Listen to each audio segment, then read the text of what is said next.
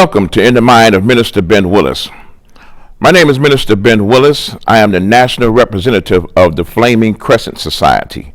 The Flaming Crescent Society is an organization that uplifts and educates our people.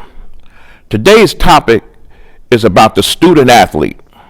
But before I go into that, I'm going to give you a little bit of my athletic background. I was a basketball player. Football player was my number one sport. And I ran track. And as I got older, I was the youngest black owner, general manager, head coach of a team called the Blue Island Cardinals, who were in the AAA Pro Football League. We were the Chicago representatives. There were teams out of St. Louis, Nebraska,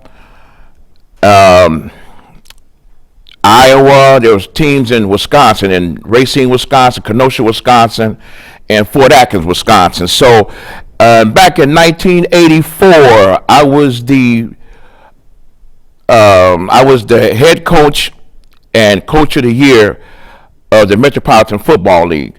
So that's my that's part of my athletic background. So after I got through playing, I became an owner, and that's what I've done. So, but today's topic is about the student athlete. Which is, I have a guest here, Mr. Taiwan McGee. How are you doing today? I'm doing good. Taiwan, I want to ask you a couple of things about the responsibility of being a student athlete. Tell me, the student athlete is different than a regular student that's in high school and in college. And remember, it says student athlete. There's responsibilities that go with that. You have to do homework, get your grades, because if you don't have your if you can't pass your grades, you can't participate on the field. Now, what I need you to do for me, Taiwan, I want you to give everybody your name, the school that you go to, and the sport that you participate in. My name is Taiwan McGee, and I go to Lake Park High School, and I participate in track, volleyball, and football. Now that's a diversified, different sports that you are participate in. So what I want you to do is the topics, the things that you have to go through, then the things that you go through. What happens is, this is your first year. This is your first year in high school. So now there's going to be a lot of different responsibilities on you, because, like I said, the average student, all they do is go to class, and then when they leave, they go home. But the student athlete, he goes to class, but then after that, he goes to practice. Then he goes home. Say if they let out of school at 2 o'clock. The student athlete has to stick around and go to practice. The student athlete might not come home till 6 or 7 o'clock in the evening. And then you have to do your homework. And then you might want to play a little video games, and you got girlfriends you got to call. So there's more responsibility on the student athlete. Now, talk to me about some of your dreams and what you would like to go through as far as when you where you see yourself and what you're trying to accomplish, because this is your first year in high school. Mm-hmm. The first thing that I wanted to do was go to college. Yes. And I wanted to go to a good college. And I wanted to do sports, because that's a very good opportunity, especially in college. And I wanted to graduate college and become either a track, volleyball, or a football pro player, and that would just be a good accomplishment that I would want to achieve. That's very good to have that aspiration, and it's going to take a lot of work, because right now this is your first year in high school. It's different than grade school. Now, I had a chance to see tape on you in track and field, and you were in the 100-yard dash, and I saw when the starter had you guys at the starting line, and when he says, "Runners, take your mark, set, go," all of you guys came out in the first 5 yards. Y'all were all neck and neck. And then after 10 yards, you were gone. I mean, you were flying. And I looked at that. I said, oh, my God. I said, oh, my God. This young fella has speed. And then the next tape I saw on you, it was a relay race.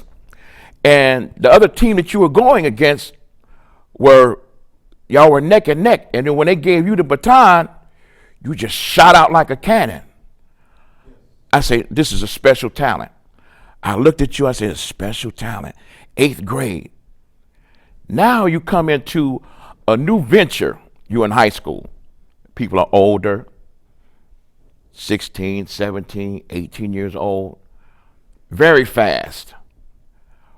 What are you looking forward to try to master being very competitive against that? I mean, the way it looked like when I saw you in 8th grade, it looked like you didn't know what a loss meant. But what if you lose a race? How would you feel in high school? What would it do to you mentally if you lost a race? If I lost a race, then it wouldn't be the worst thing because I've been doing it for a while.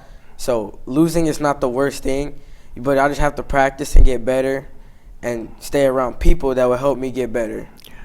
That's real smart, because what happens is the great athletes are receptive to coaching. They're receptive to good coaching. When a guy thinks that he has it all and he can do it himself, then most of the time those are failures.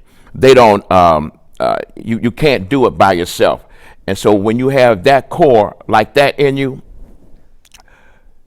that's how you become great. Now let me ask you this. What if for a year that you could not participate in sports, you couldn't participate in track, you couldn't participate in volleyball, you couldn't participate in football, what would that do to you? It wouldn't feel the same because I played all these sports. I played all type of sports for a very long time, ever since I was young. And just being out of it, it just doesn't seem right. Like, I just sit around. When you've been doing something for so long and you can't do it, you're watching other people do it, and it's making you feel bad, and you want to get back into it, but you can't. And that's the difference when people, you have people that play basketball and you have basketball players. You have people that play football and then there's football players. There's people that run, then there's track runners.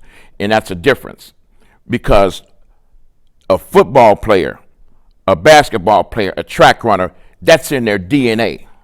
That's in their core. They would hurt if they can't participate. That's in them. A person that casually plays, you're not a basketball player because you play, and you don't play for years because that's not important to you. You just throw a football around and you think that you're playing. You're not playing. You're not a football player. You're just casually doing something. That's activity. And what parents and guardians of young student athletes need to understand that the child that you have, or the brother, sister that you have that participates in these activities, this is in their DNA, and don't take it lightly, because it's not a casual thing. Not a casual thing at all. I'm going to bring something else up to you, because first off, you need to be applauded. People need to stand up and applaud young student athletes like yourself. You know why? Because they're young men your age right now. And let me tell you this. Athletics will take you around the world.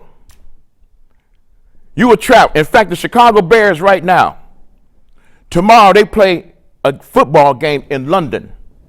It's taking them around the world. You run track and field. It's the Olympics. That takes you around the world. That's what this does. Athletics do that for you. There are young men your age right now that are not going around the world. They haven't even left Chicago. You know the only way they leave Chicago is when they go downstate to the penitentiary. When they leave and go to Centralia, Illinois River, Sheridan. That's the only way they leave Chicago is to go to the penitentiary. There's young men right now, as we sit down and we're having this conversation, your age is right down the street at juvenile detention and down at the county jail and ready to get on that bus to go downstate. So this shouldn't be taken lightly, should not be taken lightly. And this is what you have to do, So this is what you have to do. So you continue on and do that, and you should be applauded, and people should be happy with that. Also, I want to let the viewing audience know, and this is very, very important. That's why I say that they should be celebrated. These young student athletes need to be celebrated, because not only do they have to become good students and good citizens, but then they are participating in something that maybe America needs to take a look at. Because you know what happens is that they come from diversified backgrounds. There's whites, blacks, Hispanic. They're playing for the same team. It doesn't matter what side of the city you live on. It doesn't matter what your political process is. You're all the same team. And what this does is it brings discipline and camaraderie, because you don't care about what color a person is. You're all the same color because you have the same uniform on, and you play for the name that's across your chest. And that's something that society needs to look at, that these guys come from different backgrounds. Now, you participate in a suburban school, correct? Mm-hmm. And there are different races of people there, correct? Mm-hmm. Okay. And you're a freshman. Now you're running pretty fast. And let's just keep it honest. We're gonna keep, as y'all say, we're gonna keep it 100. You raced against some white guys and blew them out, didn't you? I seen the tape. There was white guys running against you, and you blew them out, right? Kind of easy. It looked easy to me. It was kind of easy, wasn't it? Black people are kind of fast, and you haven't had a chance to run against all black people. Yeah. And there will be one day that you'll go against an all black team, and they'll be pretty fast. This is just a reality. This is just a reality, because I had a chance to be on a team that was a mix, go to a school that was diversified.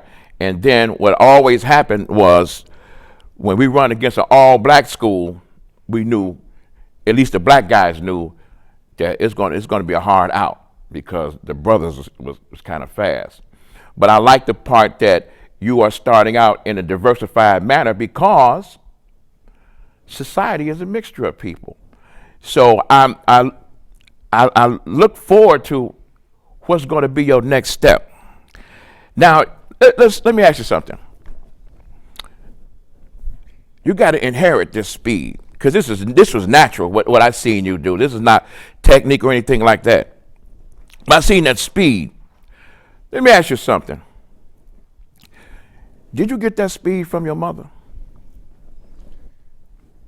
I've been told that I got speed from both my mom and my dad, because I've heard stories about them both running. Mm-hmm. And supposedly my mom was faster than my dad at some point, and I just got the speed from the both of them, and I just inherited it from both of them. So what you telling me, your mother's a speed demon, huh? Mm-hmm. She's a speed demon? She would be very proud of you saying that. You know what? You're a good son for saying that too, because you know where your bread is buttered. So you know it's gonna make your mom slow on national TV. So you're gonna do that. Let me ask you something else, Taiwan.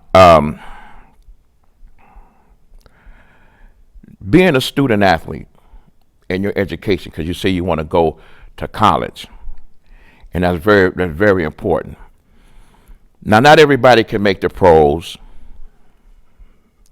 and you're actually one injury away from not being able to play at all. Have you ever thought about, if something like that happened, would that devastate you? Or would you say, you know what, I'm going to do something else? Or because like you said before, that if you didn't play or participate, it'd be hard watching someone else do that. But would you study or take a course to where you can continue to keep be involved in that sport. In other words, as a coach, as a trainer, or even in physical science or something like that. Would you do something that would have any relations to athletics? Yes, because being a student athlete, you want to make it higher than everybody else that you're going to school with. So you want to make it big. And just giving it all up because of one injury, sometimes you just can't do it. Like, you have to keep your brain focused on something that you really love to do. You're an intelligent young man. I am so proud to even be sitting here with you, and I'm learning so much from you. And it makes me feel that our future is bright with young men like yourself.